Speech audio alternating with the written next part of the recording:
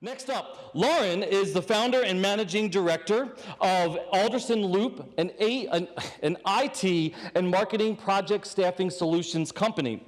Alderson Loop was named the fastest growing company in Baltimore by the BBJ in 2017 and was recently named to Inc. magazine's 500 list of fastest growing privately held companies in America. Lauren is also an active member of the board of directors for the National Kidney Foundation, serving both Maryland and Delaware. She was chair of the 2017 and 2018 Greater Baltimore Kidney Walk and sits on the steering committee. Lauren was also a recipient of the 2018 Women's Leadership Award by CEO Report magazine and a Baltimore Business Journal 40 Under 40 honoree. Lauren, yeah, give it up. Lauren has a podcast, How Did Her Career Get There?, and is married with 2 daughters. Please welcome Lauren as she enlightens us about what is success. Thank you for that wonderful introduction. And thank you to the Carroll Tech Council for putting on this fantastic event. So I'm going to jump right into it. And my goal over the next 5 minutes is to reframe how some of us think about success.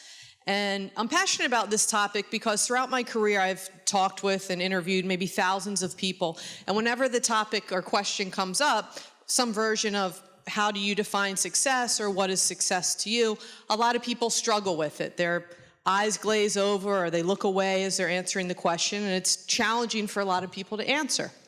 So it always got me thinking, if you don't know how you're defining success, then how do you know if you're successful?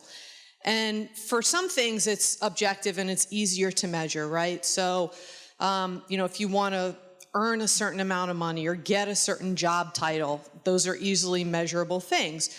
Outside of work, if you want to lose 20 pounds, that's something that's easily measurable.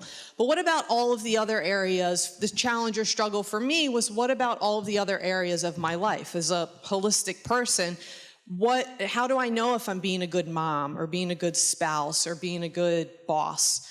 So it got me thinking and kind of redefining my definition of success. And it's really simple and clean for me. It is be the best version of yourself at any given point. And in that one statement, it beautifully encompasses everything. So what do I mean by that? If at any point, I'm a big believer that you can't lie to yourself. You can lie to people around you, but I feel like you always have that little voice inside your head that's keeping you honest. And so if you ask that little voice at any given moment, am I being the most honest that I can be? Am I being the most ethical? Am I helping people when I can? Am I taking care of myself when I need to? And if you do an audit on yourself at any point in time, then at that moment, I deem that as success. If you're being the best that you can be at any moment. And as those little moments add up over time, then it ends up having you be able to accomplish what it is in life that you want to accomplish. And I think it's also really important to be present in the moment with whatever it is that you're doing. So if I'm, on vacation with family or friends, am I, watching how I'm a beach girl? Am I watching how the water, the sun's hitting the water, or am I thinking about some client issue that I have at work? If I ask one of my employees, hey, how was your weekend? Am I listening to what they're saying for the minute that they're talking, or am I thinking about my grocery list? And if you're present in the moment, what I've found in really listening and engaged in the conversations, then you're being the best employee or the best spouse or the best parent that you can be in that exact moment. And I think that's really important. And so this example might resonate with someone, or with some people. So I've talked to people also that, say, I don't like my job. I don't like my job, and I don't like, because I don't like my boss and I'm not passionate about what I'm doing. And I believe that if you can kind of rewire your approach to that, instead of I'm going to do something for somebody else that doesn't bring me value, if you can rewire how you think about that to I'm providing a service or a talent, getting money for it, which then allows me to do the things that are important to me, right? Take dance lessons or buy a new video game or travel or pay my bills or put clothes on my kids' back, whatever it is. If you reframe it, then it's not so much that you're going to do it for somebody else, but that you're doing it for yourself. And it can help be more present in the moment with what you're doing. I think it's also important to realize that how one person's success should not be measured against others, right? I will never be Serena Williams. I will never be arguably the best tennis player ever in the world.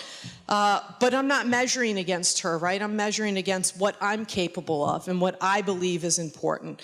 And I think that as you do that, it gives yourself, it gives the opportunity to kind of give yourself a break sometimes. I think that giving, it's impossible to give 100% all the time, right? If a capability of what any one of us can do is 100% at any given point, practicality comes into life, right? Stresses, things that limit, you're tired, you don't get a good night's sleep, whatever those things are.